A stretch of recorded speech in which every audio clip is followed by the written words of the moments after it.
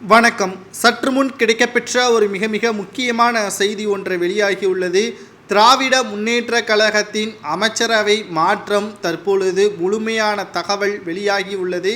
யாருடைய பதவியெல்லாம் பறிபோகிறது, உதயநிதி ஸ்டாலின் அவர்களுக்கு என்ன துறை ஒதுக்கப்பட போகிறது என்ற அனைத்து தகவல்களையும் நாம் பார்க்க போகிறோம். மீண்டும் செந்தில் பாலாஜிக்கு மின்சாரம் மற்றும் மதுவிலக்கு ஆயத்தீர்வு அமைச்சர் பதவி வழங்கப்பட உள்ளதாகவும், உதயநிதி ஸ்டாலின் அவர்களுக்கு உள்ளாட்சி பேரூராட்சி பதவி வழங்கப் போவதாகவும், அதேபோல் மீண்டும் யாரும் எதிர்பாராத வகையிலான ஒரு மாற்றம் நிகழப்போகிறது.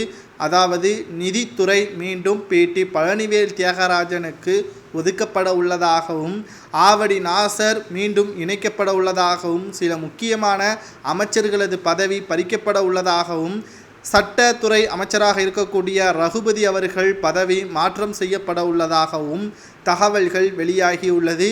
இதைவிட ஒரு மிகப்பெரிய ஒரு கேவலம் என்னவென்பதை நாம் பார்த்துவிட்டு அடுத்த செய்திக்கு போகலாம். தியாகி என்று கூறக்கூடிய செந்தில் பாலாஜி அவர்களை நேற்று பெரும் அளவில் வரவேற்கக்கூடிய அளவிற்கு புழல் சிறையிலிருந்து மெரினா கடற்கரை வரைக்கும் மிக பிரமாண்டமான ஒரு வரவேற்பு ஏற்பாடு செய்யப்பட்டது. இதனால் நேற்று கூட்ட நெரிசலில் 3 அதாவது ஆம்புலன்ஸ் செல்ல முடியாத அளவிற்கு 3 கர்ப்ப பெண்கள் உயிரிழந்து விட்டதாக தகவல்கள் வெளியாகியிருக்கிறது.